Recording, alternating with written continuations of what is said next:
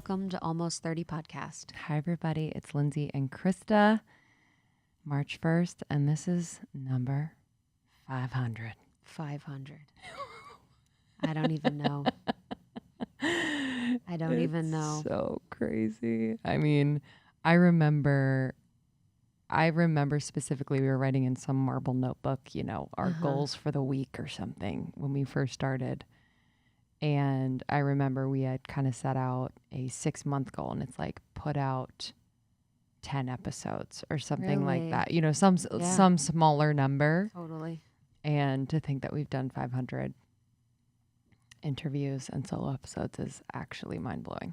I can't really wrap my head around it. It's like one of those things, you know, with maybe your follower count or I don't know, just any number. Sometimes you're like, okay. You know, when someone's like, they're a billionaire, you're like, okay.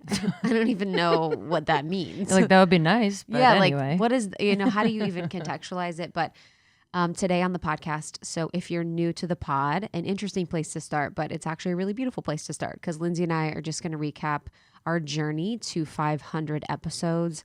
We're going to talk about some funny memories, some things we've learned along the way, how the podcast and community has changed us.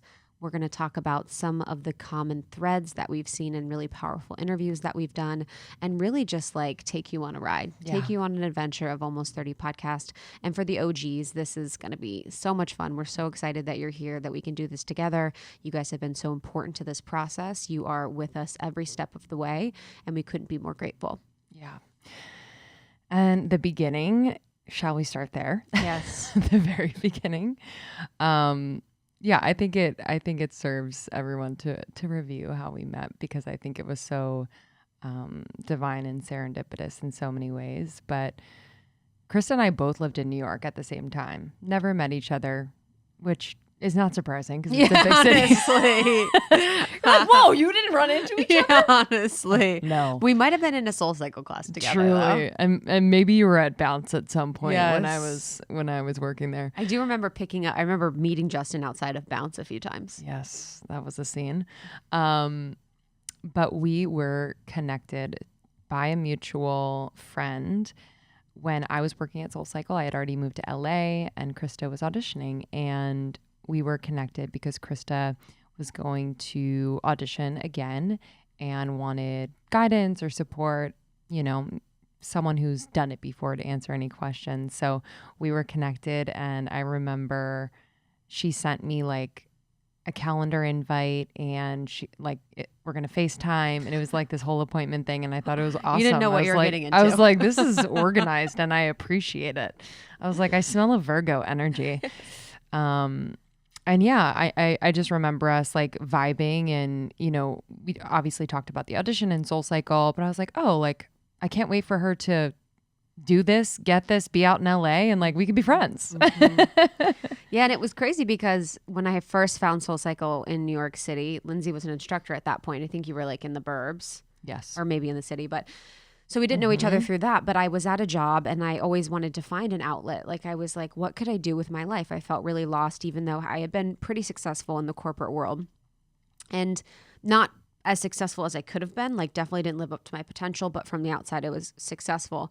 And I found Soul Cycle and just fell in love. But what was interesting was that I auditioned first in New York. I remember I had a red lip on. I had this like skull tank top on, these zebra pants. My hair was fully like curled and blown out. Like I looked absurd. And I got on the microphone and was so nervous. Like I put on the headset, and once I heard my voice, I just could not. It is such a vibe to hear your voice projected to a lot of people. And after I didn't get that audition, they emailed me honestly like an hour later. I think I had gotten home and there was already a rejection email. And what I did was I started to get vocal lessons in New York. So I would take my Wednesdays during lunch. I would go subway uptown, 20 minutes. I would do an hour vocal lesson, and then I would come back. And then I would just work late for the time that I had spent. It was like $150 a time, but my vocal lessons was what really helped me be more comfortable on the microphone. So it was so interesting in Kismet to me that I had been so afraid to be on the microphone and then sought to get better and thought it was for Soul Cycle, but it was for being on the microphone with Almost 30. And that was like one of the most powerful things, was how much I felt like Soul Cycle was for me. how much I manifested it, how much I wanted it. But the universe, God, source, had a bigger plan for me, had a bigger plan for you than anything we could have ever imagined. And it was the beautiful thing that we created with Almost 30. And it was something that we sort of fell into. Like, we never really intended for this to be what it is. We didn't intend for it to be a brand. We didn't intend for it to reach a global community. We didn't intend to be so rich and amazing. I'm just kidding. But we really didn't intend for it to be what it is. You know, we were really one of the first female podcasters doing this 6 years ago. We now coach so many female podcasters and we love it so much. But that has given me so much faith in my path by doing this. And that's probably one of the biggest things I'm so grateful for, is like, I have a faith that's bigger than who I am because of how beautiful our path has been. Although it hasn't been easy, it's been so beautiful. Yeah. And around the same time, you know, similar to you, where you think your path is going to be one thing, where you thought it was going to be SoulCycle, I thought I was going to be an actress. And I thought, you know, just the more auditions I went on, eventually I would get something, eventually it would hit. And that might have been true on one timeline. But, you know, I think what was so like misaligned for me in that whole process, where I was spending more energy trying to be someone that I wasn't in order to be chosen or casted. And it just didn't fit for me. You know, for some people, that's exactly what they're meant to do, is be an actress and create art like that. But I realized that misalignment of trying to be something that I wasn't was really just taking me way far off my path. And so whenever I started like creative projects with friends, I always found so much joy and levity because I could create from like my heart rather than trying to create based on what I thought another person wanted. And so when you approached me and you're like, do you think we could start a podcast? We were at Bulletproof Cafe in downtown Santa Monica. And we had been having deep conversations, and you're like, do you think that we could start a podcast? I was like, to be honest, I don't really know what a podcast is. Like, I hadn't really listened. She was a fan of podcasts like Rich Roll and Tim Ferriss. And I was like, well, I'm always down to try something new and be creative and just be scrappy about it and like just pull our resources together and see what we can create. And so we did. And I had very little knowledge of like audio technical stuff, but I had a little bit. So I was like, this is what I know. Let's just try this in our closets because I know that has great acoustics. And we did it.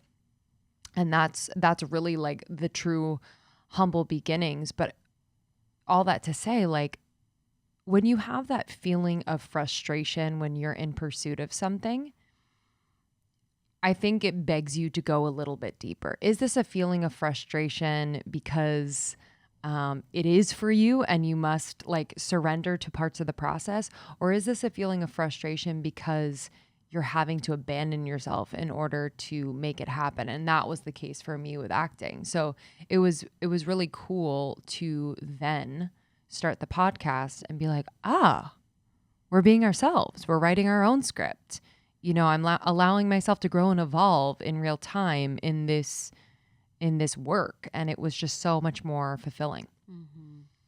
Yeah, I'd always loved about podcasting that there wasn't, you know, we're on YouTube now. We do more visual medium now, but I love that there was no visual aspect of it. Mm-hmm. You know, I had my corporate career, then I had done a lot of side hustles. Like I had done just a lot along my journey, and I'd tried a lot of different things. And one of those was blogging. I was traveling quite a bit because I was working for a company that was based out of London and based out of New York. So I would travel during my times in London to different countries, and I wanted to travel blog. I loved travel. My Sag moon is like, it's very important to me, but I hated the photography. I hated taking pictures. I didn't connect with that as my leading foot. I didn't connect with like me leading with the way that I looked. And so I loved that it was like curiosity and question asking, and we could just sit in the closet and be in this moment of exploration of something. And we could just go wherever we wanted, and we could talk about whatever we wanted, and we could be whoever we wanted, and we could just try all these different things. It was the best. And that's why, you know, podcasting has been so important to me and is such a powerful medium that we love to support other people on. But I'm so glad that we chose this, and I can't believe that it became something that we're doing. You know, it's so wild. Yeah, and those early days, you know, it sounds like amazing to just be like experimenting in our closet, and that was like an amazing part, but we were also juggling full-time jobs. We were juggling, at one point you had quit your job and we're going full-time with blogging, which you can talk about, but it was like that time when we were creating in the closet was such a nice just such a nice little, I mean, we create it still at this table. It's like a little vortex. And we were also very much in process with figuring out like how to support ourselves, just like newly to LA, trying to like pay rent and all these things. And I think through the very real navigation of that together and being able to even talk that out on the podcast at times, showed me the value of like, yeah, just the realness of life and sharing that with other people and being able to process and then share to hopefully help people to, one, remind themselves you are not alone, and two, like, this is a process. We didn't just like start Almost 31 Day and community showed up and all of that. Like, we really had to work through some times where, you know, I didn't know what the next best step was. So I had moved to LA and I was working at a job, and I knew I wanted a different path, and I didn't know what it would be. And so I ended up leaving that job, and I was like, you know what, I'll figure it out. I'm going to try blogging full time. Wasn't making a steady income. And so I had to start nannying, and then I was serving, and then I was doing these random videos. I don't even want to get into it. It was so bizarre. It was for this random. No clothes. I don't know. It was like this honestly, weird. I was naked. It was like a neighbor that did it. It was very weird. But I found these random odds and ends jobs to do, and we were just working on this as hard as we could. But it's so weird because I don't remember being like, oh, this is going to be my thing. Like, I don't remember. What, podcasting? Yeah. Yeah. Like, it was maybe too far or too lofty of a goal for us to have it. But we really dedicated ourselves to it and to seeing what it would be and to letting it evolve, and really just found joy in the process. And I think that's one of the most important things that I've learned from doing this, and something that I want to instill on anyone listening, is that you have to enjoy the process. Like, the process is the point. And when you're doing something, you know, we can look at people that have all these things, you know, have beautiful homes or go on vacations or, you know, have a beautiful relationship or whatever it is. And we need to understand that, like, in order to get to that point, if you don't enjoy the process, it's not going to be sustainable.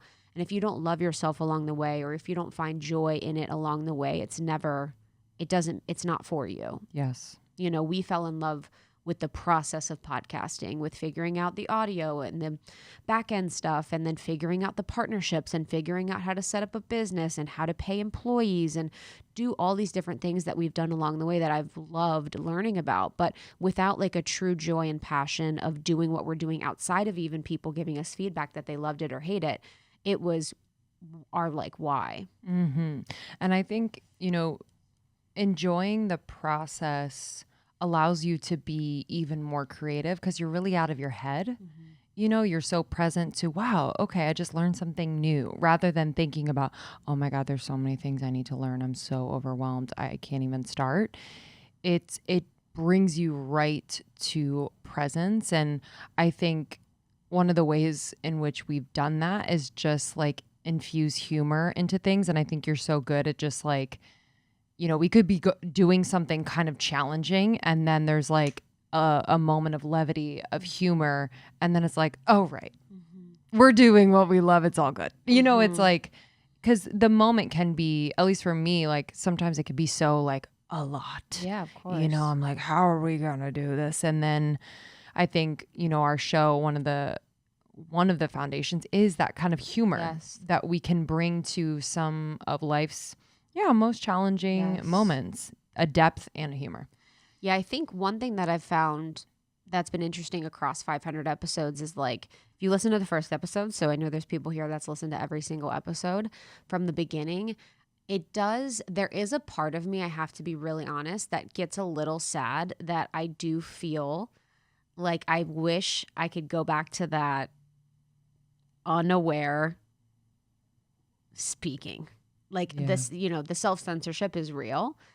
I believe we've gotten to a much better place for it, but there have been periods in time where we felt like incredibly censored in what we're saying and how we're expressing it, whether it's something that's personal and it involves our friends, it involves our family, it involves our relationship with self, it involves our team, it involves, other players in the space, or it involves an opinion, an expression, or a feeling that we've had. That has been really challenging to feel like at the beginning when we didn't know what we were doing. I just remember listening, and we did an episode actually where we listened to our first episode. You can listen to that on Almost 30 if you just type in like first episode Almost 30. But in that, hearing the difference, and of course we're laughing because we sound ridiculous, but it's like we were so liberated to say whatever we felt or whatever we thought because no one was listening from our perspective. And that's been something, I think, if I was to say something that has been hard, is how censored we have to be at times. And I think it's getting better and better. We're feeling more and more liberated, but it's been a challenge. And something that I'm like, oh, I wonder if I'll ever feel completely expressed. Yeah, because I think sometimes the quote, like the main thing that you're doing isn't going to hold all of where you express. Yes. So it might be in written form. It might, it could be, but I know what you mean. And I also think that our audience has been moving through similar themes of just being able to express themselves, whether it's in relationship, at their job, online, whatever it is. And what I will say is that I do think that our ability to be honest with our feelings around expression, how it feels like we can't say certain things, or perhaps it won't be accepted or respected or whatever. I think that piece is like a nice first step, because I don't know if people are talking about that aspect of it, that aspect of like the feeling misunderstood, unexpressed, things like that. So not just wanting to get our point across or say the thing. It's like, no, there's actually feeling behind it. That's, I don't know. It's just a little bit deeper, I guess. But yeah, it also is so reflective in like the times, it's like we're in media technically. So it's like, thankfully, I feel like podcasting isn't as regulated and censored and all these things, but we're very sensitive to like collective energy.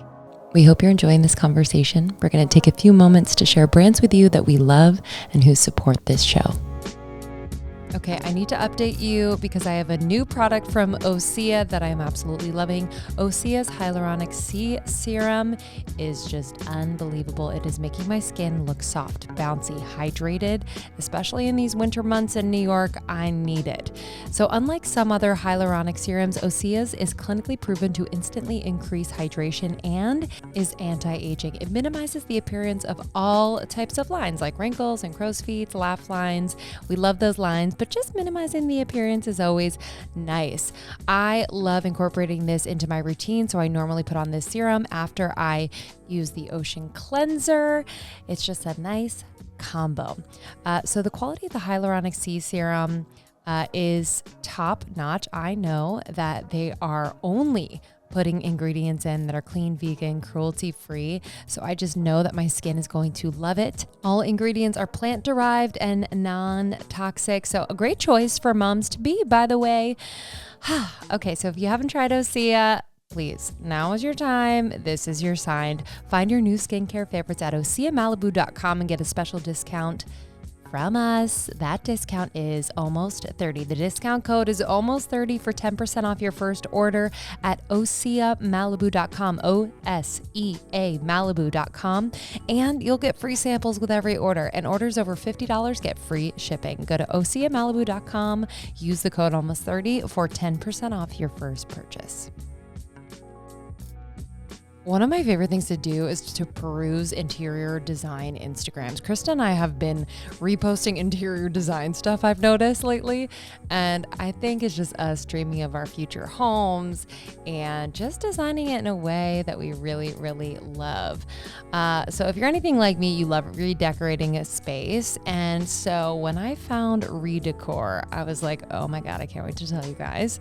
It's an interior decorating mobile game. So it's fun to play. Okay, this is a great creative outlet and it lets your imagination run wild. So it's actually helped me to think about designing my future space, future home. You can experiment with different colors, materials, and textures as you design room after room. I usually play it like after a long day. It's kind of nice to hop on the couch and play this creative game. And, you know, instead of freaking scrolling Instagram or something.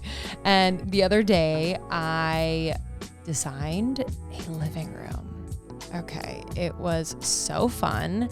And I got to choose the couch and the texture of the couch and just kind of situate. It was like so satisfying. So it's a home design app and a mobile game in one. So you're going to play, explore designs, find inspiration, and connect with others who share your passion for home decor. The graphics are so realistic and detailed, and you're able to customize every piece of the room. They even have style guides with tips, tricks, and advice for decorating. It's amazing. And you can enter your designs and challenges and let players be the judge. So if you want to practice your interior design skills and express your creativity with Redecor, download Redecor for free on the App Store or Google Play Store. That's Redecor. Got that? Redecor on the App Store or on the Google Play Store. And also there's what I feel today is different than what I feel tomorrow, is different than what I feel in a year. And it's always felt kind of weird that there is a library of thoughts, opinions, and feelings that I've had over the past couple years that maybe don't match who I am today. Sure. And these are not radical things. Like we're not talking about the heavy hitter collective topics that, probably come to mind when I'm expressing this, but it's very simple things. Even at the beginning, we were talking about like the best positions for taking a nude. Because in the evolution of the show, again, if you've been listening, it was more pop culture, relationships, sex, dating. And then it evolved to health and wellness. And then now it's pretty much spirituality, personal growth.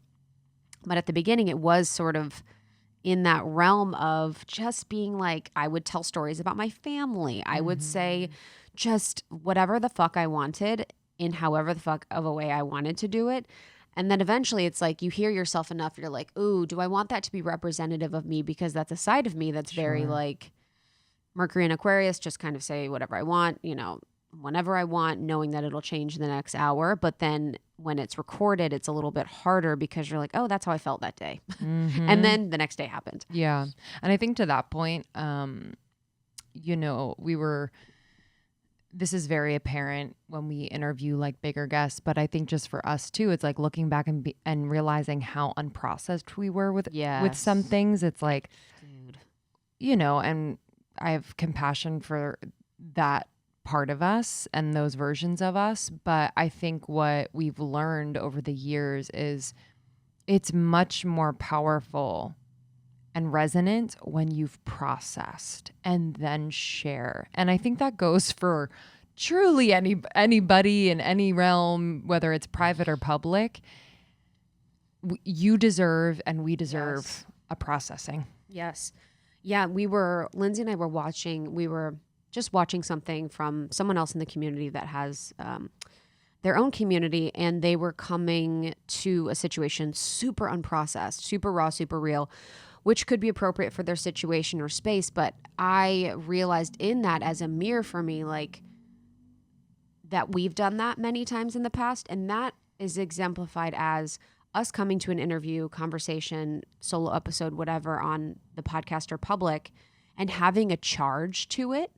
that points us to shadow or points us to a place where we need to think a little bit more about what we're saying or why we're saying it. So an example would be like talking about a family situation where there is a charge, there is an offering for you or I to dig deeper and understand why we're feeling the way we're feeling, instead of coming to the show or episode like, this person did this to me, or this, kind of in that victim mentality. And I think it's interesting because I think so many people enjoy the unprocessed. Yeah. I do think that is very attractive for people because there's a truth in being unprocessed. There's a truth and there's a magnetism at times, but I think it's felt better to come more processed because then the end result and product is more of the goal for folks. Yes. And it feels safer when you're listening to a teacher or leader or speaker when they're more processed. Because sometimes if I'm listening to someone I'm supposed to see as a teacher or leader or speaker or healer that's unprocessed, it feels a little unsafe for me because I'm like, oh, why aren't you not seeing the shadow here or the lesson here? And that's not to say that like teachers, leaders, healers, people in the space can't have those moments, but I don't know if necessarily it's a thing to share publicly in the moment before you've processed. I think we've learned to have our support team and have our support team who lives offline, who lives off of our show. And that is our coach, our healer, our therapist, our core group of friends who are mostly healers. Like, the people that we work with or are friends with are people that are really emotionally intelligent people that are really processed. So I think that's been a lesson for us, is like not bringing every hot, heavy emotion to the show every time and just working with it offline. And that feels more organic and that feels more true and that feels more respectful of us and then the people that we also care about. Yes, absolutely. Yeah. And it never, if I really stopped and felt what it felt like after those types of like rants or, episodes like that in the beginning, I don't think it would have felt good in my body, but I wasn't really in tune with that. It's that feeling of just like, wait, what was the intention of that? Remember the one episode? So we were in Salt Lake. Remember we recorded an episode. We were in Salt Lake City, or we were Park City, Utah. Yes, we were in Park City, Utah with Milana, Letitia, you, me. I think it was us four. And we recorded an episode, us four, and in it at the beginning I was bawling because I was so insecure about my body during that time, and I was just so in my feels about being friends with people that are so beautiful. And it wasn't like that's not usually my default. Like most people I surround myself with are radiant as souls, and then it radiates however it wants on the outside. But there was something about it that just felt incredibly triggering for me, where I felt so down about myself. And we recorded this episode and I was crying in like the first 20 minutes. And we had it as conversation. It was just really real and honest, but the audio didn't save. Yeah.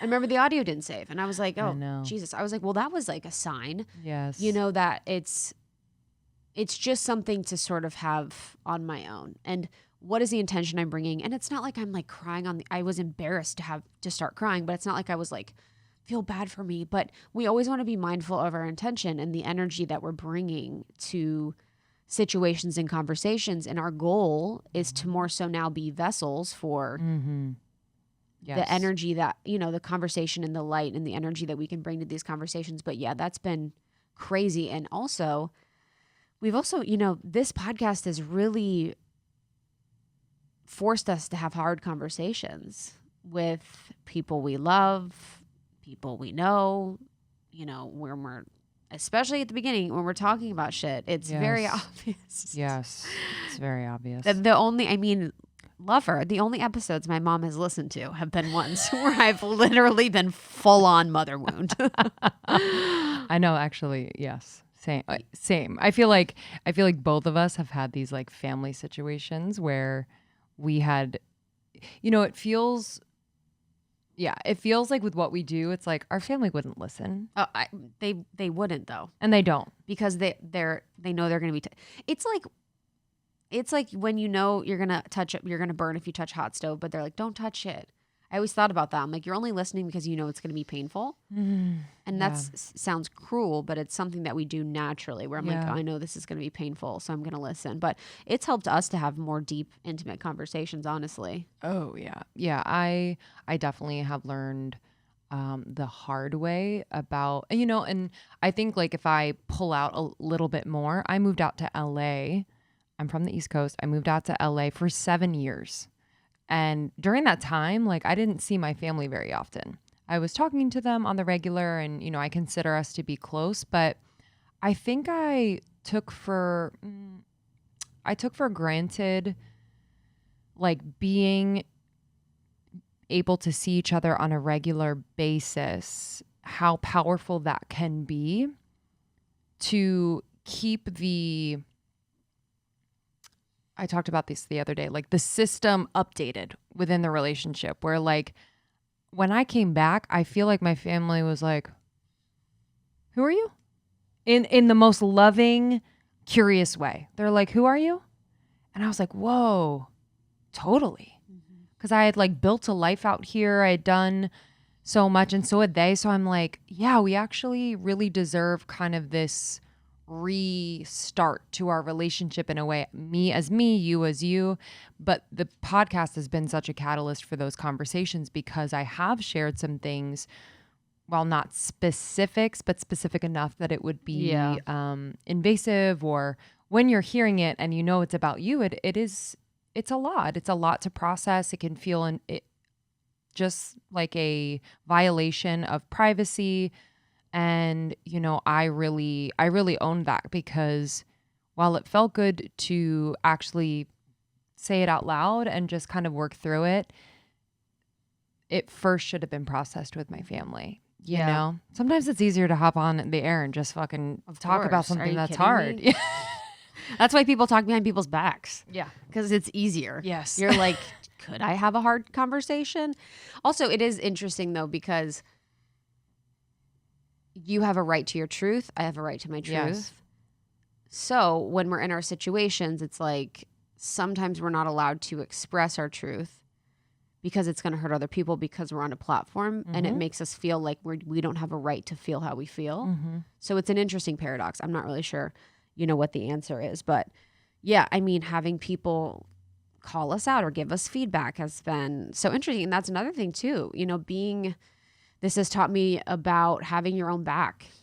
It is so important to have your own back. And we've gotten a lot of feedback over 6 years. I mean, some really heartbreaking things, when you care about what you're doing and you care about the work you put out in the world and you care about your creative expression, it can be really heartbreaking to have people not align with or not be a fit or, project on you and all of these things. So that's been another lesson is like, how much more can I have my own back instead of valuing anyone else's opinions over my own? And I think the past 2 years, especially 2020 was incredibly potent for that. How much can we have our own backs? How much can we have each other's backs? How much can we be supported and on path by God or source? And how can we do as much shadow work as we can to really clear out what could be bringing those lessons into our lives that are helping us be in deeper relationship with ourselves? Oh, yeah. Yeah. 2020 was, and I know a lot of you are feeling that too. It was like, yes, it was an initiation on so many levels. And we've never had a moment where we're like, I think we're done. Let's just call it quits. And that didn't happen in 2020, but I think it's the closest we've ever come to just being like, man, if we feel on mission and intentional and still, there are things that are being misinterpreted and we're being projected on, and still these challenging things are coming up. Like, also, we're just like, your ego's like, I wish that people knew. Yes. I mean, our ego was like, if you all knew the whole fucking story of stuff. Yes. So it's just, again, it was incredibly important for us to come together. Yes. As best friends, as business partners, and just remind each other of the truth of what we are doing, and most importantly, like who we are. A year like 2020 can really shake you from the tree and be like, you don't know who you are. Because I was like, there were moments where I was like, what the hell? Like, I don't even know how I feel. I don't know what I think. I don't know, because I was so hyper-stimulated by everyone else's opinions and everyone else's feelings. And that's no shade. It's just like I took it on and I forgot who I was. And so decision-making was hard. Clarity with anything was hard. Speaking was hard. It was just really on so many levels. And yeah, that was a year of just, shadow unfolding, but for a really beautiful purpose. Because I feel like coming out of that year was, I mean, huge for our relationship. Just like a redefining of like how we support one another and how we're there for one another. And it changed a lot of our business too. I think in 2020, we had our ambassador program, and, you know, it was hard to run. So we had ambassadors all over the world, which are so incredible. Like those our ambassadors, like I love them so much. We would have calls, we would do meetups. It was just profound. But it got a little hard because, you know, when your name and likeness and the brand is associated with situations all over the world that we don't really have access to understanding or control over, or, you know, Facebook really insight into what's going on. You know, say someone is in a healing and something happens and they're not supported in the right way, or, you know, there's just so much that can happen in the depth of the work that we do. So it was really hard. And then there was the Facebook groups, and there's so many different Facebook groups that were created with our ambassador program that we had to end up shutting down just because it was so hard to control and manage the standards that we have for support of people. So we had to shut down our ambassador program. And I was just thinking about all the different things that we've tried and all the different versions of the brand that we've had, whether it's the merch, you know, our first merch, the baseball hat that we did forever ago. I would love one the of those. tie-dye sweatshirts. Oh my God. Those are kind of dope. Yeah. We were early. Bourbon Barbies. Bourbon Barbies. Oh my God. I got like a sick jean jacket. It was sick. From them. We did, oh, please. Okay. Yeah, we did our merch. We did our line with Bourbon Barbies. We had our ambassador program. What else? We had our second line with, we had a second merch line with Danny from Daisy LA. Mm-hmm. Yeah, I mean, I feel like that was it for product. And then we did just different experience. You know, obviously we did the retreat. We did, you know, meetups. We did tour. But it was always just, yes, let's try it. Yes. You know, it was like, and it was usually a recommendation or a request from the community. And it's like, yeah, let's do it. And some things were successful, quote successful. Some things were not, but like successful for other reasons. You know, I feel like merch was so much fun to design. The intention, like we were really proud of like how much thought we put into the whole process of keeping it local and organic and all these things. And, you know, respect to anyone who does merch. Holy moly. Holy mackerel. Holy moly. I was like, wow, never again. Never again. It was like the margins. I'm kind of confused. Yeah. I'm like, is this why people do fast fashion? Yeah, that was like a path that I'm like, I don't know if this is totally the vibe, but you kind of get caught up and you want to figure it out. And, you know, also too, we've met with every network in the game, every network that you could ever meet with. We've met with, and we always followed our heart, you know, to stay independent and do it on our own and build the business internally and have our partnerships team just rock it out. And I did partnerships for a long time. And then now we have a partnerships director, Bess and Haley. They work on our partnerships. And I'm so proud of us for just, you know, instead of outsourcing anything, really figuring it out on our own, doing it, and then eventually hiring amazing women to do it in our business for us. And I think we're like a leader in that way too. You know, we could have taken any of the deals. We could have it felt like falling for it. Like it felt like no one really cared, but.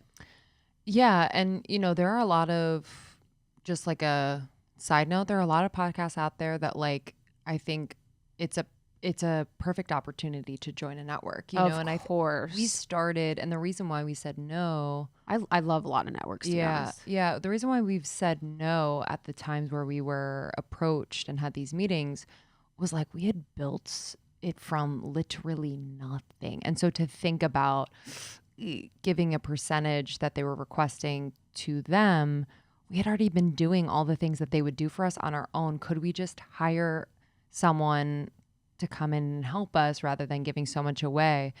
But yeah, it's flattering and cool, and was definitely helping us to feel legitimate in a lot of ways, and then also learn that we could build what a network is, like you said, internally, and also do it different, because there were points of these meetings where Krista and I left feeling like, didn't feel right. Yeah. It didn't feel, it almost felt like, and this is not all, but some were just like looking through us. Yeah. And so they saw our demographic, which, 24 to 35, women, health conscious, all these things, heart center, and they were like, oh, wow. Yeah. Okay. We got it. It was like it was definitely a money play in a lot of ways. And, yeah, I just didn't feel like they saw and felt what we were doing, period. Completely. And with how much heart and like all the brands that we worked with, we care so much about and do and work with really intentionally. And yeah, I just remember meetings. It's like, I remember one meeting we went to with like some agent. They were like, they had other people in the room with the meeting, and they were like, yeah, I would love to, so they each took turns speaking about what they would do for us or what they would give us. And this one woman goes, I could get you guys the best voiceover deals in the game. And the original person that set up the meeting looked at them and they were like, that's not at all what we're talking about. They were literally like, they don't want voiceover deals. Yeah. It was just like, they had no idea who the fuck we were or why we were doing it. And that was a funny thing too, is like, you could have one day where you're like, man, we're really crushing it. Like, we're doing good, like all this stuff. And then you could go to one of these meetings or you could go to a place and you're just like, we are fucking not shit. Mm-hmm. Like we went to this award show. We've been to this award show before. Oh my God. We got nominated for these awards and we're like, this is fucking sick. We got nominated for this award. I think we've been nominated to like 4 years in a row, which flattered. Well, this year on the website, our names were listed under a different podcast. Yeah. So it was like blank podcast with Kristen Lindsay, not our podcast name. So we had to email them. We're like, hey, everyone, you need to make sure that the wrong name's on that one. The one year we were like sitting in the rafters. Well, yeah, there's it's a house of cards. Yeah. To be honest. Yeah. But it's interesting once, and I'm not just talking about this, it's like, I think we can blanket statement this to like Hollywood, that whole industry where award shows, only if you're somebody, does it become, that's why you're there to put this award show on the map, and you're paid to be there and all these things. And for us, I think they know we have like a badass, amazing audience who are so loyal and they're like, yeah. And then literally we get there, they're like, who are you? Yeah. Oh my God. Go to the rafters. I don't even think we had a seat. Did we remember we were on the red carpet? We had to take like red carpet photos. Oh my God. We like got ready. It was very interesting. But it's like a moment like that where I'm like, oh yeah, what we're creating with Almost 30, especially on the business side and thinking about, the future of like networks and things like that. It's like, yeah, that's real, because there's a lot that just isn't, and it's just for show, and no hate. It's just like not what I want to do. Not what I want to do. Yeah, you're like, oh man, you go there and you're like, ooh, not even about how fucking hilarious and stupid we seemed or looked, but it's like, oh, you don't know how much heart we have for what we're doing. I know. And that's the truth of what matters is like the heart that you have for what you're doing. And dude, so many. Oh my God. We also spoke at this event. It's like one of our first speaking events. And we they housed us the first night, and then the second night they're like, actually, So we did a trade. yeah, oh my God. We did a trade and we spoke. Yeah. So So early embarrassing. on, we were very much like, we'll trade for this, we'll trade for that, which is, great, I think, to a certain Yes, extent. But then you have to be 100%. like, So like basically what's my trade. worth? So for this, we promoted this event on our podcast in order to attend for free. So at the beginning of the pod for the first year, we did a lot of trades. You give us this for free, we'll promote you on the show. So if anyone, you guys can all do that. And for this, we also spoke at it though, which is so silly. So we weren't even getting paid. We drove. Yeah, And we it was a long-ass promoted it. drive. And then they kicked us out of our room or something. I right? was unwell. Because we had to then sleep on the floor or something. Yes. I know, first world problems, but y'all, it was not. It was a cabin. It was in a cabin. It was not good. It was not good. I was like, oh, wow. And also the energy behind it was not good. I was like, wait, we're being kicked out and like treated poorly. Yes, after speaking. rude. Yeah, so Yeah. bizarre. Yeah, you really figure out your worth along the way too. And it's so funny because I think so much of the conversation around women in work and women in entrepreneurship is like, get paid, know your worth, blah, blah, blah. But, our experience, like we had to expand into our worth. Yes. Like I had to know my own worth before I asked for my worth on the outside. And now it's really easy for us to ask for a certain amount of money because I feel so confident in what we're doing and who I am and how we show up and the value we provide. But there was a while years where we would do so much for free, so much for really cheap, so much of the events that we did in the tour was like out of the goodness of our heart or just like wanting to do it and not like us charging for our worth or anything like that. There was so much more of like the heart focus of it. Yeah.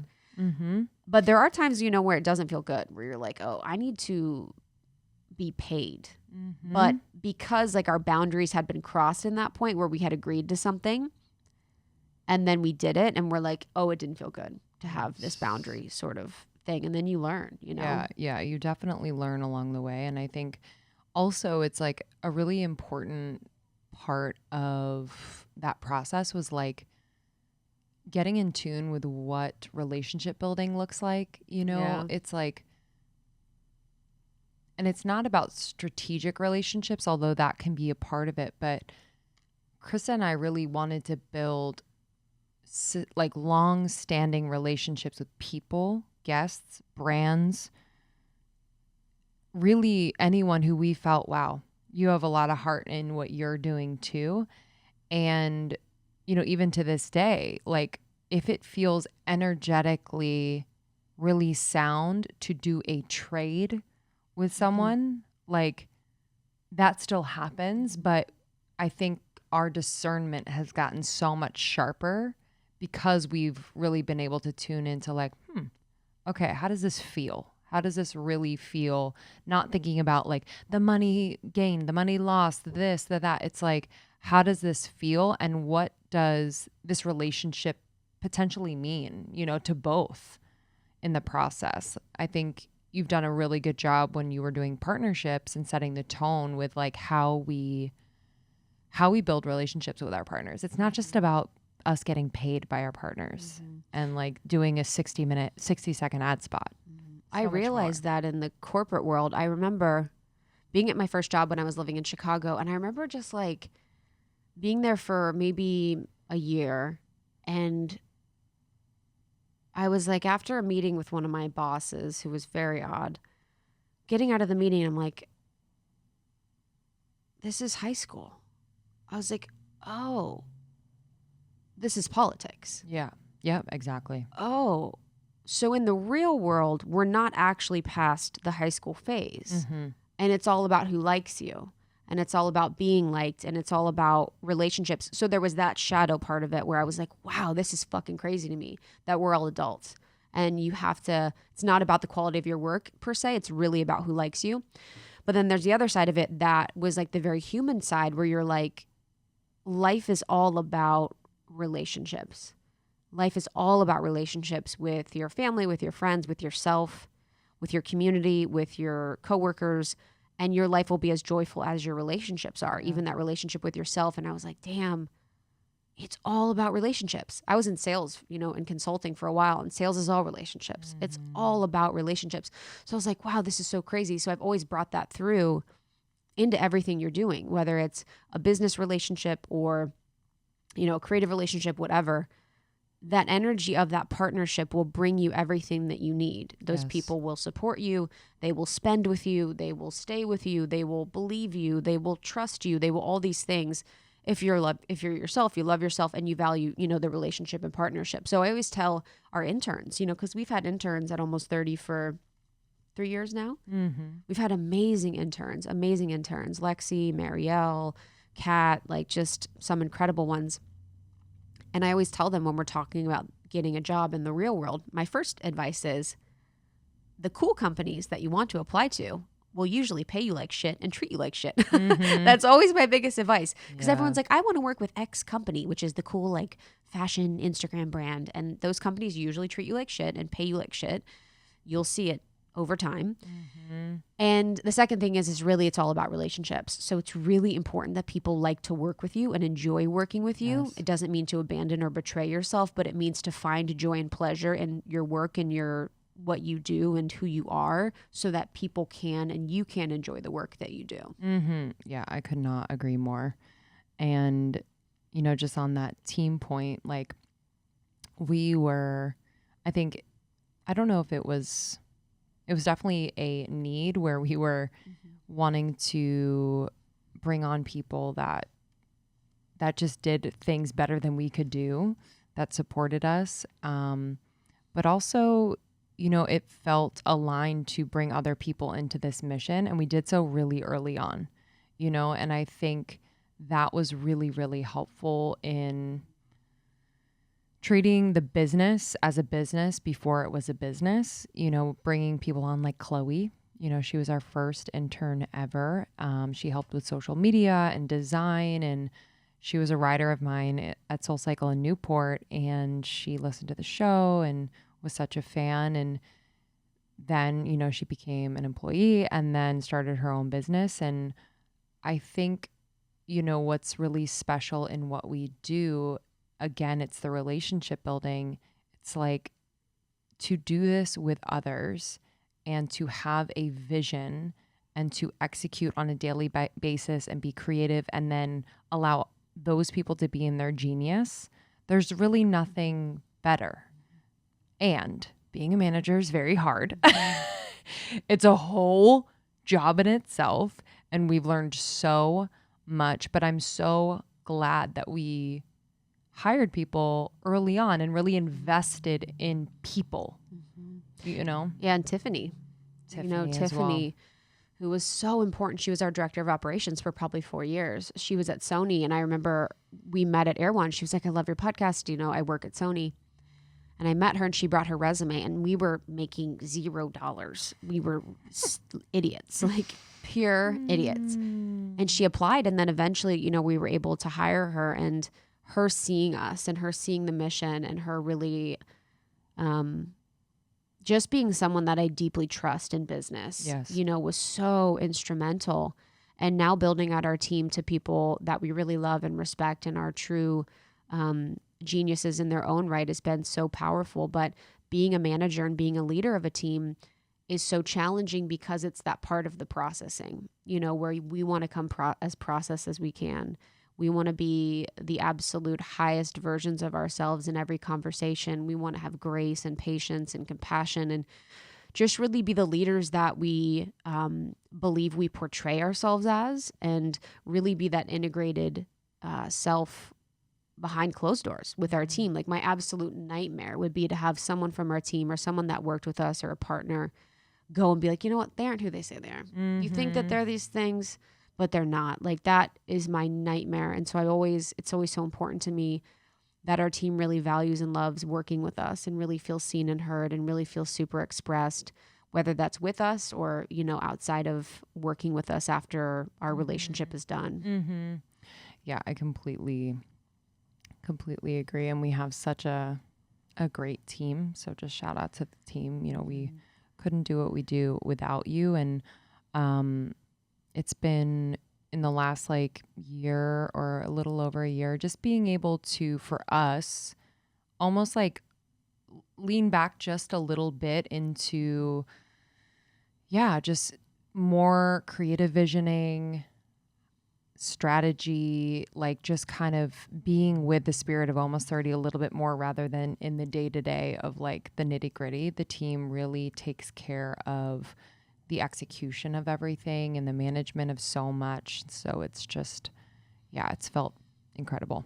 Yeah, there's something I've been thinking about a lot lately because we spent so many years building the business, working full-time jobs. You know, I had a 9 to 5. I was working these random jobs for a while. You were working full-time at SoulCycle and random jobs. And then I had a full-time job, 9 to 5.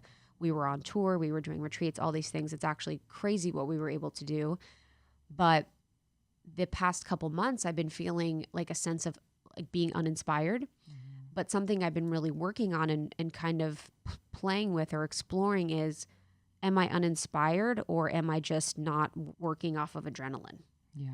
And I think when we're pushing ourselves so hard, we're hustling all the time. And there's so many people listening to this that can probably relate to that feeling and experience of running on adrenaline all the time or running on cortisol all the time when you're chasing your dreams. Maybe you have a full-time job. Maybe you have a family. Maybe there's a lot going on in your life. And how much of my inspiration was actually like anxiety or stress or that feeling of, I have to get this done. And that means if I don't, it means I'm a failure. If I don't, it means I suck. And so it's been interesting to explore now that we have a team that's taking on more. And Lindsay and I can sort of step back and be working 4 hours a day instead of 9 and be, have more fluidity of our schedule, have more freedom in our schedule. How can I bring back that inspiration and that creativity that comes from a natural soul place rather than a place of fear, of anxiety, of adrenaline? We'll be back in just a moment. But first, we want to share a little bit about the sponsors who support this episode. You might have recently seen our self-love guide that we created on Issue. We sent it out to everyone on our newsletter list, and it was beautiful. And we made it with Issue, ISSU. So whether you work for yourself or you're part of a team or you get creative and create content, you must check out Issue. So this is an all-in-one platform to create and distribute beautiful digital content, from marketing materials to magazines to flip books and brochures and so much more. I'm sure you know, but here's the official PSA. PDFs are outdated and Issue makes content better. So Issue works seamlessly with tools that you already use, like Canva, Dropbox, and InDesign. And basically what they do is repurpose for different platforms. So make it once and distribute it everywhere without reformatting. So if you have to distribute it to Facebook or Instagram or to a newsletter or what have you, it's ready and optimized for engagement and ready to share. So if you're a creator, marketer, designer, anyone who wants to make content that stands out, try Issue. You could start using it for free. They also offer a premium feature that gives you more customizations, which I recommend. So get started with Issue today for free when you go to issuu.com/podcast and use the promo code almost30, because if you get a premium account, you will get 50% off. That's issuu.com/podcast and use promo code almost30 at checkout for your free account or 50% off your premium account. That's issuu.com/podcast with promo code almost30. We invest in a lot of things on a monthly basis. Ever kind of write down everything you invest in, you buy for yourself, for your life? Why not invest in your mental health, your emotional health with therapy? I started therapy 4 years ago and it completely changed my life. I will say with confidence, it is the best investment I've ever made for myself. So I highly recommend BetterHelp, because sometimes it can be daunting to find a therapist. BetterHelp is online therapy that offers video, phone, and even live chat sessions with your therapist, so you don't have to see anyone on camera if you don't want to. It's much, much more affordable than in-person therapy, and you can be matched with a therapist in under 48 hours. Give it a try and see why over 2 million people have used BetterHelp Online Therapy. And this podcast is sponsored by BetterHelp. We have been partners with BetterHelp for a long time now. Trust them and love them. And Almost 30 listeners get 10% off your first month at betterhelp.com/almost30. That's BetterHelp.com/almost30. Get 10% off your first month. Yeah, when success has been linked to really pushing and grinding for so long, and I say that, it's been a different grind with Almost 30. It's like we're just so passionate and dedicated, but it's long hours, lots of travel, all these things. And then when you have the opportunity to have more space, it's like really it's like becoming in right relationship with like your own, and I think PETA talks about this a little bit, like your own life force, where it's like you don't need to feed off of the pressure on Instagram, all these different things, the 5 cups of coffee in the morning, or, the full schedule back to back to back. Like you can actually be fully supported, rested, resourced, as she says, and be gentle and super in flow with creativity. Mm-hmm. And it feels completely different. And the fact that it feels different initially feels wrong. Yes. It feels like, oh, this doesn't pop like the other one popped. And it's because there's an ease, and because it's coming from a different place, and it's really cool when that starts to happen. And you can just allow it to be received and feel a different feeling from the people that are receiving it. Yes. I didn't realize how much energy I would have when I'm myself, and being in the corporate world again for so long, I was like, felt like I was two people. I was this person at my job, and then I was this person outside of my job. And it's like when I am myself, and when I'm more of myself, and when I'm able to just be without, thinking about what I'm saying or thinking about what I'm doing, or I'm able to express in the way that I want, or I'm able to create in the way that I want, and I'm able to use my gifts, it's like I have so much more energy. The energy that we spend on being inauthentic, or being a fake version of ourselves, or protecting ourselves, or, always on the defense, or always just feeling like we can't really be who we are, takes so much energy. And when you free up so much of that life force by being yourself, and by expressing in the way you want to express, and saying what you need to say, and, having that creative energy flow through you, it's powerful. Mm-hmm. And I can't believe how much I'm able to get done, and how much I'm able to create and do, because I'm just in my own energy. Oh yeah. Oh yeah. It's a good feeling. And yeah, I feel like the slowing down too has, as you all know, if you've been listening for a little bit, we recently moved. I moved, and are now across the country from each other. So, it's in moments like these where everything is scrambled up from what it used to be, that like we really lean on this, knowing that, okay, we understand our mission, we understand our just appreciation for slowness, for space, and how do we now approach this new cadence, this new way of working, so that we can retain what is important to us, and also still be incredibly creative and productive. And it's, it's taken a little bit of experimentation and time, and we're still kind of figuring out what works. But, I don't know if we would have been able to do it 3 years ago. Mm-hmm. We have so many more resources now. We have a better understanding of ourselves and one another, that when things are kind of flipped like that, we're able to be like, okay, what's important? Mm-hmm. How do we support each other? How do we support the team and make it work? Because inevitably change is so good for a relationship and for a business. And it can bring about so much more, I think, creative energy when there's change, because you're not just falling into autopilot. But yeah, it's been interesting in a lot of ways. Yeah, you kind of have to meet change. It's like you can't resist. Yeah. You know, you have to sort of ride the winds of change, if you will. You gotta ride the goddamn winds of change. And even, you know, going from tour, you know, we were on tour for 2 years and then we created the membership. And creating the membership has been like a dream of ours, to have a space where we could really pour into additional resources and conversations and meditations and workshops. And, you know, just so much goodness has been such a joy and such a beautiful pillar for us. And it took us so long because we really wanted it to be everything, you know, that it is. Mm-hmm. Yeah, and you know, 2020 not being able to tour. Yeah, dude.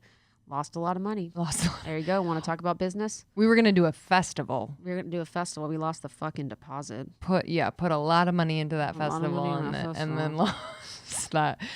And we really gained it back in so many other ways with the membership. It's a place where, you know, as hard as it is sometimes to be like on our computers and on virtual and blah, blah, blah. This is a really special slice of the internet where we felt like we could continue to show up as ourselves. We can have a more intimate connection with our community, and be able to bring basically what you feel and learn on the podcast to a very intimate experience, and just continue to support all of your self-study. You know, it's like you can do a lot of this work on your own and then have the touch points of live connection community workshops to just bring it to life and bring it to conversation. And I love it so much. And the fact, again, that this is something that we created and we can constantly let it evolve. We're adding things, we're changing things. It's a nice place to constantly trust our intuition. Yes. Yeah. Now that we have the healing and we're doing movement and stuff, it's been powerful just to channel it in. And it's been interesting with the community too. It's like the community has grown as much as we can hold it.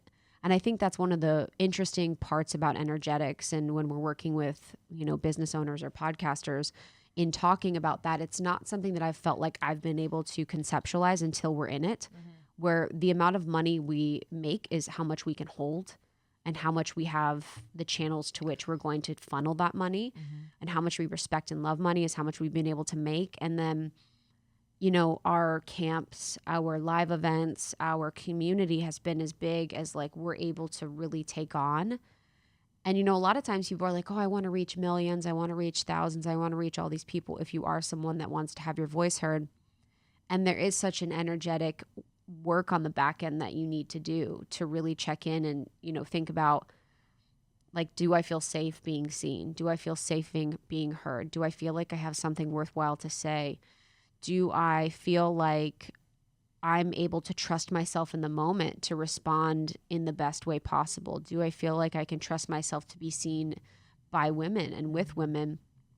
And our community has healed so much for me, that female friendship wound. Yeah. And that's something that we've talked about quite a bit, is the female friendship wound. We've actually did 2 episodes on it. I think Lindsay and I have talked about our relationship in detail. You can search relationship, the truth about our relationship episode. And then we did an episode with Milana and Letitia, 2 of our best friends.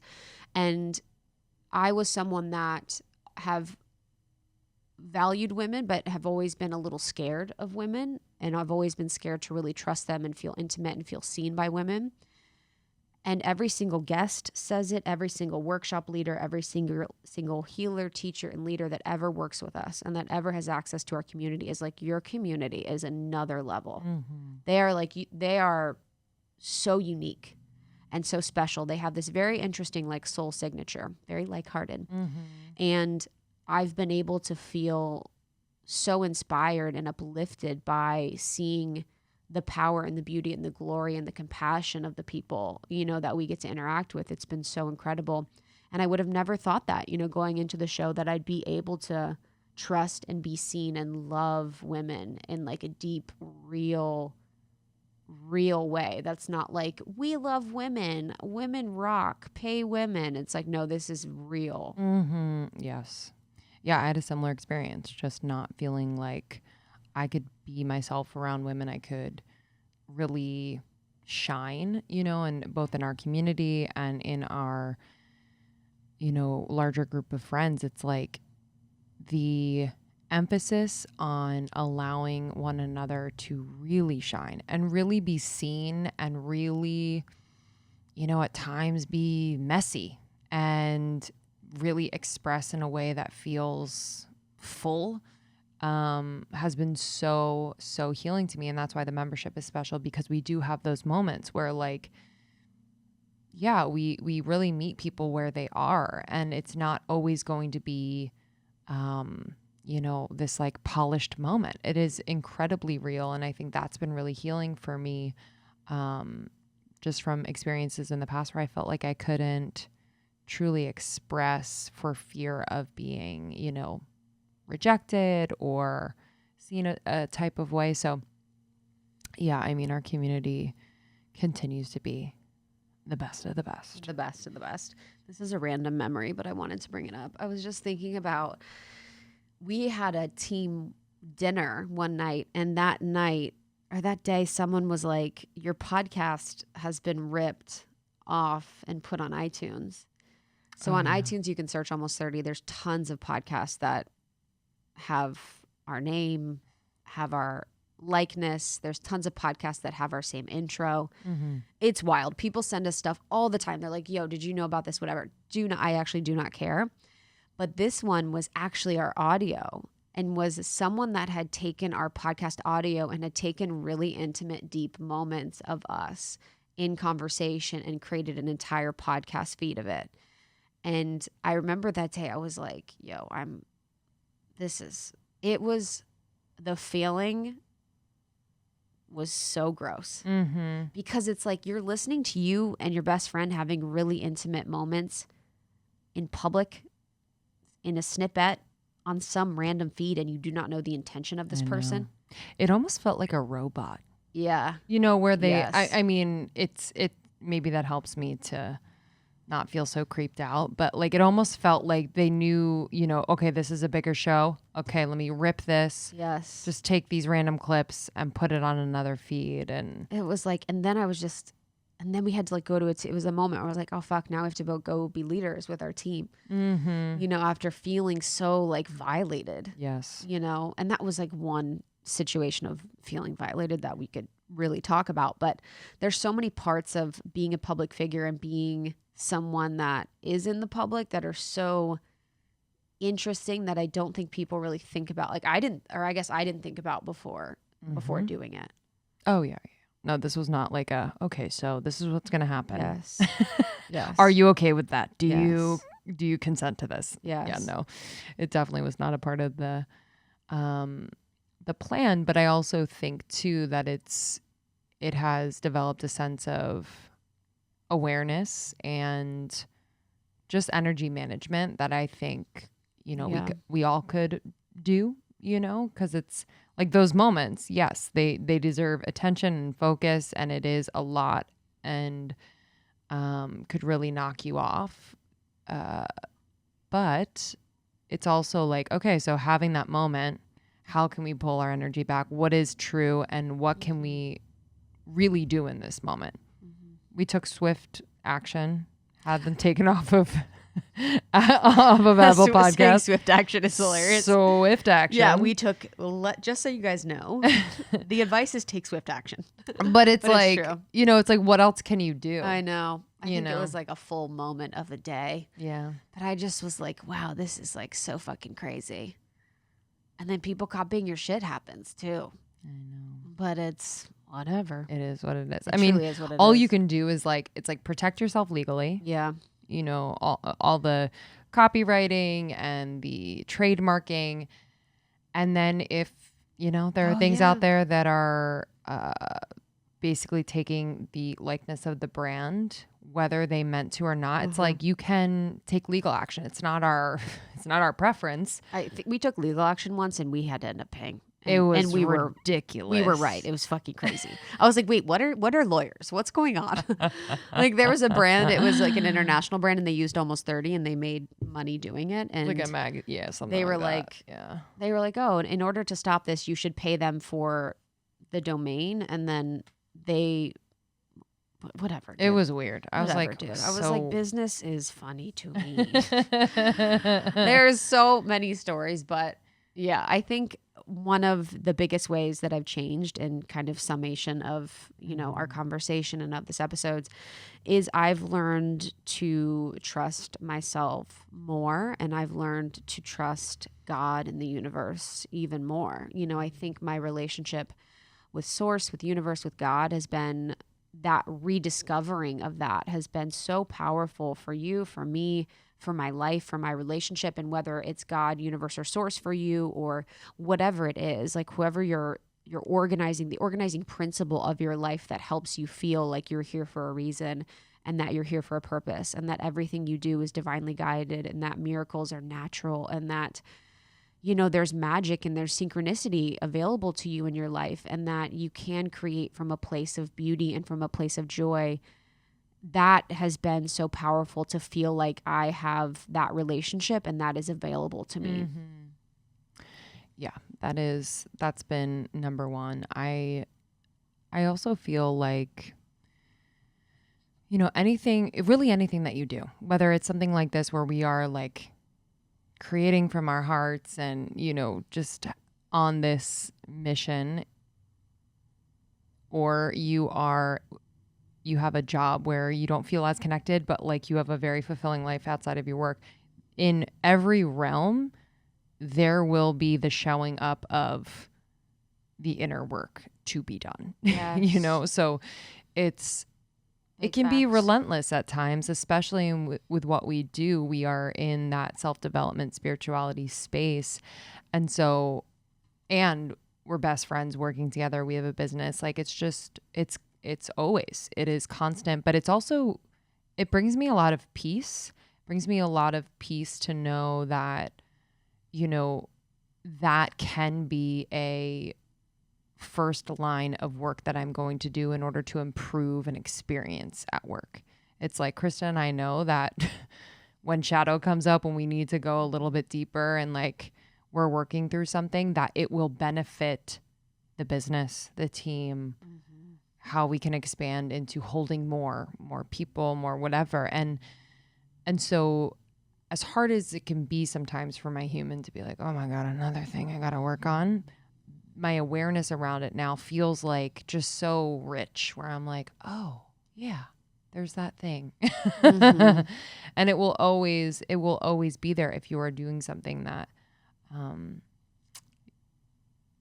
wants to work with your soul. Your soul's always like, here you go. Here's that next thing that you can work on that we could, get a little closer on. So I've just learned that anytime I'm feeling that like, oh man, another thing to do, it's really good. It's really good. It's like the beginnings of that next expansion personally. Mm-hmm. Yeah, I completely agree. I think from all of it too, I've just have a much greater sense of peace, than I think I did the first couple years and at the beginning. And I feel so grateful that we've been able to cultivate that and we've let the winds of change, which is Lindsay's the title new song, of this episode. Yeah, the title of this episode, our new slogan. And just let the opportunities and conversations and podcast episodes help us to change and evolve. Yeah. It's like allowing what was presented to us and what we've brought into our life and what we've experienced to change us. Yeah. And I think anyone that's listening who's listened for a while or who's listened before can tell. I think if you've been around, how much we've changed and how much we've evolved and how much evolving we have to do. But I'm really proud of all the learnings and lessons and conversations that really have shaped us and our willingness to allow them to shape us. Mm-hmm. Oh, yeah. And just the we've interviewed some really, so many powerful people. And it's interesting when, we get to have like intimate moments with people that we've perceived to be, on this pedestal. And I'm just reminded too, someone like Jay Shetty, who came to our studio by himself. We like spent time before and after, and there was just this humility and this, presence that just reminded me how important that is in our process of the high highs and the low lows. Like, we can't let that be the definition of who we are as podcasters, as people, as businesswomen. It's like, we are human beings having this experience. And so how can we be so present that like we can harness the power of this moment rather than attach ourselves to the identity of like what we've created? And or Glennon Doyle. Abby was like her tech support in our interview with Glennon Doyle. Glennon was having issues with her computer, and Abby came in and was like her tech support. I know. Just so human. So human. Truly. Yeah, that's an interesting thing just on that as a last piece. We've noticed when you get to the really high level of people that have a lot of exposure and a lot of eyes on them, they really are deeply present the most. There's almost like a middle echelon where they're still kind of reaching, where they're less present because they're hungry for something else. They're hungry for the next thing. And there's a power of the presence and like the intentionality of those people that are at a really high level. Yes. It is felt. And yeah, what you just said, it made me think of something and I just lost it. Hold on.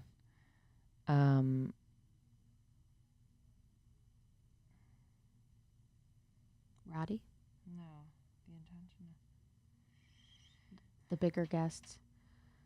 And the next thing. On to the next thing. It's like, there will always be the next thing.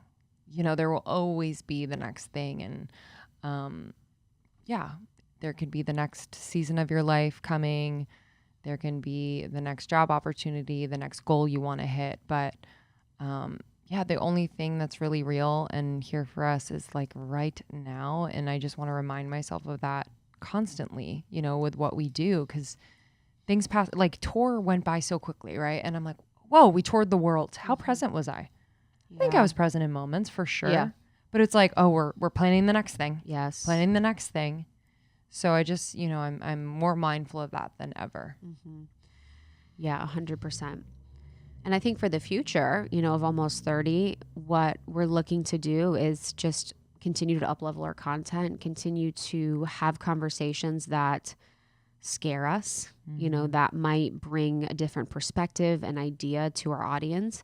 I think in the past year or so especially, we've realized how important it is to bring different insights and perspectives and to find more compassion for a differing opinion and to bring on people whose opinions we don't always agree with and perspectives we don't always agree with, but to learn from them.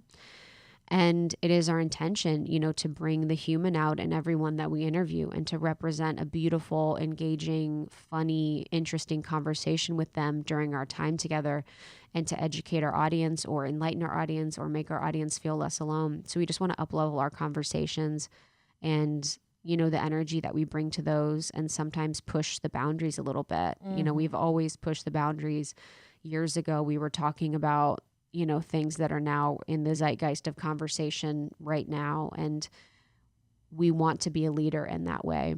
And then for our membership, continuing to pour into our membership, continuing to make it a beautiful experience for people to, take what they need whenever they need it, whether it's community, whether it's workshops, whether it's healing. And then for our courses and programs, for the Life Edit, and for Sacredness of Being Single, and for all of the content, the unique content that our energies bring through to have it really reach people in a powerful way. For Podcast Pro to continue to elevate and support podcasters and launching, growing, and monetizing, something that we know so well, something that we're so unique to support people on. And then to potentially write a book and potentially create this really unique special program, that we might bring through that will be really, really powerful and really be a culmination of all the teachings and learnings that we've done across the next couple of years. But we really hope to just continue to be in service with you and to you and be in relationship to you and, you know, have your support and just, be your friends and guides. Yeah. And I think too, just, you know, our intention is always to empower you all to think critically, you know, do what is best for you, to take what lands and leave what doesn't. You know, I think that goes without saying, but I want to impress that intention now, because I think we also have to do that on a daily basis, where we're getting a lot of information, we're getting a lot of feedback and in conversation, and we're having to discern that as well. And so I hope that, you know, the truth is felt and then, you know, heeded in your own way, own unique way. And I just, you know, I hope too that the feeling that you get when you listen to an episode of Almost 30 that resonates, or when you are in the membership, or when, you know, you attend a live workshop or a camp Almost 30 or what have you, that you can share that feeling in a way that enhances your life, your relationships, your dreams,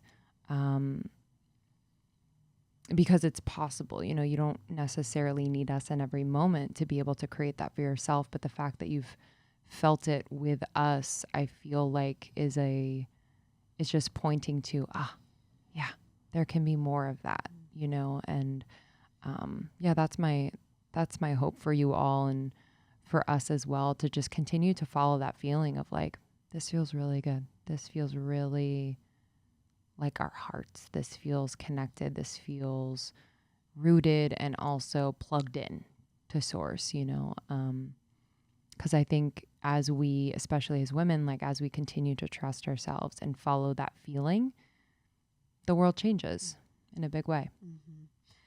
Yeah. So if you've been listening for a long time, or maybe you've been listening more recently, you know, maybe you can journal on some of the most impactful teachings from ourselves, from our guests, from Almost 30, and just talk about your process and your evolution across the last couple of years, how far you've come, what you've learned, you know, what you're sort of leaving behind. I think it's always a beautiful offering for us to reflect and for us to really get clear about how far we've made it. 500, baby. 500. 500th. What did we say? 500. I'm 500. 500. Yeah. That's what we said the other day. We were like 500. I was like, welcome to the show. We just recorded our 500th episode. Sounded right. And they were like, you should start over. You should probably start over. We love you guys so, so much. Almost30.com for everything Almost 30. Instagram is Almost 30 Podcast. We're going to be starting a TikTok soon. We're going to be sharing some clips from the show, which we're really excited about. Mm-hmm. We want to thank our team for being along this journey with us. We love you so much. We are so grateful for you and your energy and intention. We want to thank every member in the membership. I love you so much. Thank you for showing up for your community. Every partner that we've ever worked with, we have deep gratitude for you, for believing in us. And every one of you that's listened to the show over the years, who've supported us, who's written a review, who has rated the show, who went on tour, who went to retreats, who met us on the street. We love you, and we're so grateful that you chose to grow with us. Yes, thank you all. It means so much. Thank you to this episode's sponsors, in particular, Osea, Playtika, Issue, and BetterHelp. You can find all of the information, discounts, and more about Almost 30 in our show notes and on almost30.com. We love you. Bye. Bye.